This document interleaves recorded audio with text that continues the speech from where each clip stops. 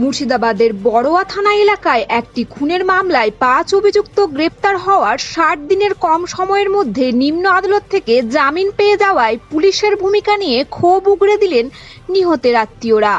বুধবার সকালে তারা বড়োয়ার সুন্দরপুর গ্রামে হাতে কেরোসিন তেল নিয়ে বিক্ষোভ দেখান। তারা হুমকি দেন, অভিযুক্তদের ফের যদি পুলিশ গ্রেপ্তার না করে তাহলে পরিবারের সকলে আত্মহত্যা করবেন। গত ১২ এপ্রিল মুর্শিদাবাদের বড়োয়া থানার মারুট গ্রামে শিবের গাজন চলাকালীন একটি পুরনো বিবাদকে কেন্দ্র করে উত্তপ্ত হয়ে ওঠে এলাকা। সেই সময় সুকুমার বাগদি নামে এক ৬০ঊর্ধ্ব ব্যক্তিকে ব্যাপক মারধর করা হয় বলে অভিযোগ। গুরুতর আহত অবস্থায় সুকুমারকে প্রথমে বড়োয়া গ্রামীণ হাসপাতাল, পরে কান্দি মহকুমা হাসপাতালে নিয়ে গিয়ে ভর্তি করানো হয়, যদিও সেখানেই মৃত্যু হয় সুকুমারের।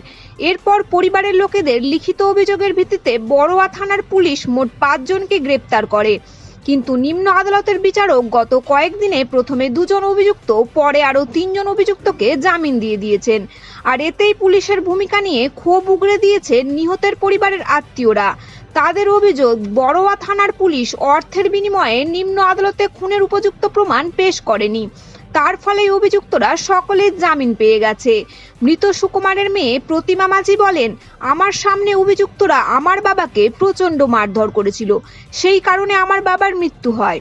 বাবা খুন হওয়ার পর পুলিশ গ্রামে এসে রক্তাক্ত লাঠি, হাসুয়া, রক্তমাখা জামা কাপড় সব সংগ্রহ করে নিয়ে গিয়েছিল, কিন্তু আমরা দেখতে পাচ্ছি অভিযুক্তরা সকলেই জামিন পেয়ে গেছে।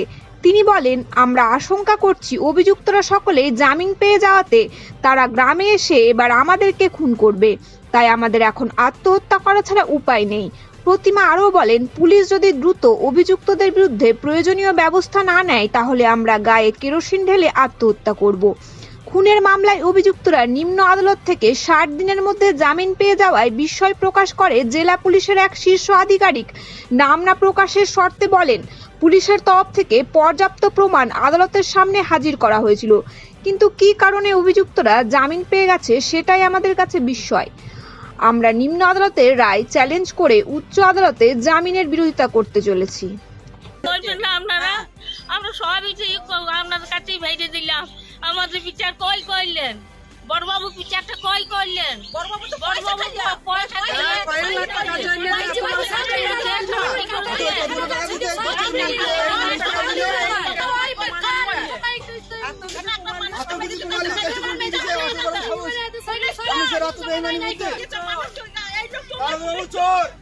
টাকা খেয়েছি, আমার কেস নাই, কিছু করলে না,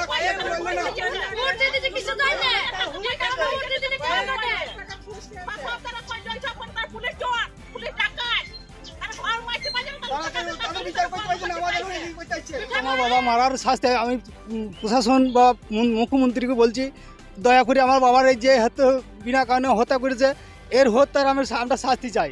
একটা কিছু আমাদের করে দেন, নাইলে আমরা গরিব মানুষ, আমরা গ্রামে থাকবো কি করে? তারা তো এইসব মারধর করবে। আসামি 5টা ধরা পড়েছিল, সে 5টা আসামি 90 দিন না হইতে তাদের জামিন দিয়ে দেওয়া হয়। বিনা টাকার ঘুষ খেলেও তাদের কোনো প্রমাণপত্র তাদের ঠিক মতন দিলে না কোর্টে, তার জন্য তারা জামিন হয়ে যায়। তাহলে অন্য কোনো আসামি, যারা 9টা আসামি ছিল বাড়ি, সে আসামিগুলোকে তোলার কোনো ই নাই, অথচ আবার এই 5টা আসামি তারা ছাড় পেয়ে গেল। এখন আমরা ওদের বিচার চাই, ওদের সাজা চাই না। ওইসব যদি সাজা ছাড়া না হয় আমরা রাস্তা অবরোধ করতে বাধ্য। আর তার না যদি না পারে তাহলে নিজেই মরবো, নিজে সুসাইড করব। তাছাড়া আমাদের কি উপায় বলুন? এর কি বিচার কে করে দেবে আমাদের বিচার? আমরা প্রশাসনের কাছেই শাস্তি বিচার চাই। আমার চন্দন বাগদি। ওই একই অভিযোগ, আমার বাবা যে মারা গিয়েছে যাদের হাতে আমি নিজের চোখে দেখেছি, তাদের ছুটি দেওয়া নিজের চোখে দেখেছি, আমি সেখানে ছিলাম। এইগুলো এত কিছু সব পুলিশে উল্টো পাল্টা করে দিল, ক লাখ টাকার ঘুষ। তাহলে আমরা প্রশাসনের কাছে হাত জোর করে অনুরোধ করে বলছি যে এর শাস্তি যেন তাদের হয়, তারা কোনো দিনই যেন ছাড়া না পায়। আমার বাবা ভালো মানুষ, এই যে 2টো ছবি দেখছেন, 2টো ছবির মধ্যে কোনো পার্থক্য দেখুন, তাদের শাস্তি যেন পায়। পুলিশ প্রশাসনকেও বলছি, মুখ্যমন্ত্রীকেও বলছি। তো ঘুষ খেয়েছে, সে রক্তমাখা জামা, কুড়ুল, কাটারি, লাঠি সব সে নিয়ে গিয়েছে। সে দেয়ালের রক্ত লেগেছে তার ছবি নিয়ে গিয়েছে, রাস্তায় রক্ত পড়েছে তার ছবি নিয়ে গিয়েছে। তাহলে সেগুলো কোথায় গেল সেখানে? হ্যাঁ সেই বড়বাবু যেন শাস্তি হয়ে সদ্য, এত বড় অন্যায় আমরা মেনে নিতে পারছি না।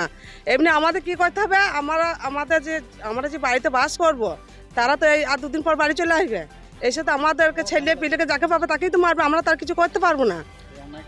তাহলে এই অন্যায় কেন বড়বাবু করলো, এত বড় অন্যায় কেন করলো, কিসের জন্য করলো? ক লাখ টাকার ঘুষ খেয়েছে সে, তার টাকাটাই বড়। আমাদের জীবনে কোনো দাম নাই, আমরা গরিব বলে কি আমাদের কি কোনো দেশে কোনো ভারতের কোনো কারোর কাছে আমাদের কোনো ঠাঁই নাই? আমরা কি দেশে দেশে এরকম করে কেন্দ্রে বেড়াবো? আমার বাবা যদি শাস্তি না পায় তাহলে আমরা তো কী করে বাঁচবো? আমাদের তো আত্মহত্যা করার ছাড়া উপায় নাই মনে হয়েছে। তাদের হাতে থেকে বাচ্চা থেকে তো আমাদেরকে আত্মহত্যা করতে হবে না, তারা তো আবার তো পুরুল কাটারি করে চুটিয়ে কেটে দেবে। তাহলে আমাদের আগে থেকে মরে যাই ভালো।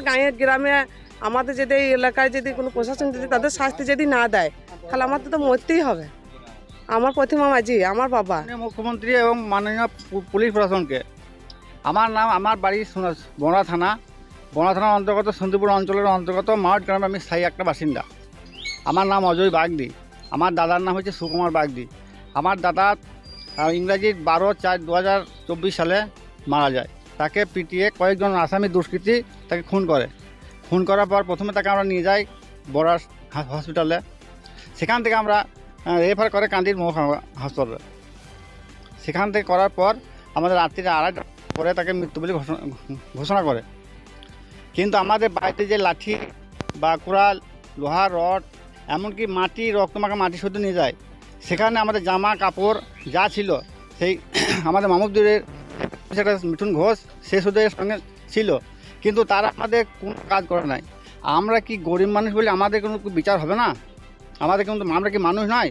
আমরা কি দেশের লোক নয়? আমরা কি ভারতের নাগরিক নয়?